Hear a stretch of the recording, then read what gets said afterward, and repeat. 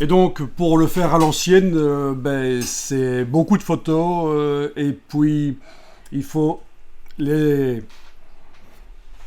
les relier entre elles, les attacher avec un logiciel pour attacher les photos, pour faire des panoramas, notamment sphériques ou autres. Donc, ici, j'ai juste tapé dans Google Panorama Stitch Softwares et je tombe sur quelques listes de logiciels qui permettent de faire ça. Donc bien sûr, il y a une fonction aussi dans Photoshop qui s'y trouve, mais c'est pas ce qu'il y a de mieux. Photoshop, c'est un logiciel qui fait un peu de tout, quoi.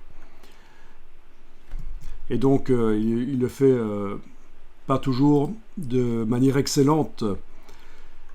C'est ça qu'il y a possibilité pour certaines marques de sortir des logiciels qui vont plus loin que Photoshop. AutoStitch est assez connu, oui, voilà. Vous voyez, il y en a quelques-uns. Il y en a qui sont gratuits, d'autres pas.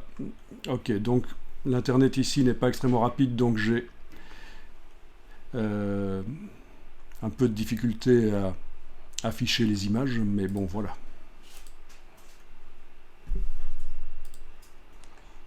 Comme ça, vous avez une petite idée de comment ça fonctionne.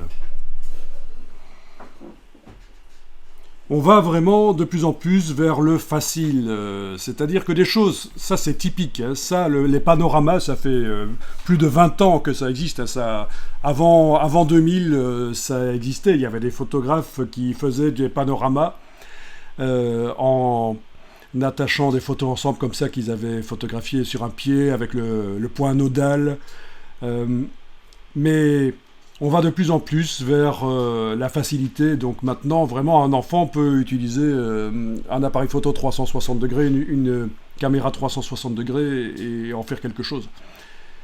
Ça ne va pas nécessiter de passer les photos après pour les attacher ensemble. Donc, est-ce que c'est un bien ou pas le fait est qu'il faut s'adapter à l'évolution et toujours être sur la balle parce que ce que vous maîtrisez, la technique que vous maîtrisez maintenant, qui vous a pris du temps pour l'apprendre, peut-être que dans 5-10 ans, ce sera automatisé et que voilà, vous avez intérêt à avoir ajouté d'autres compétences et à être sur la balle.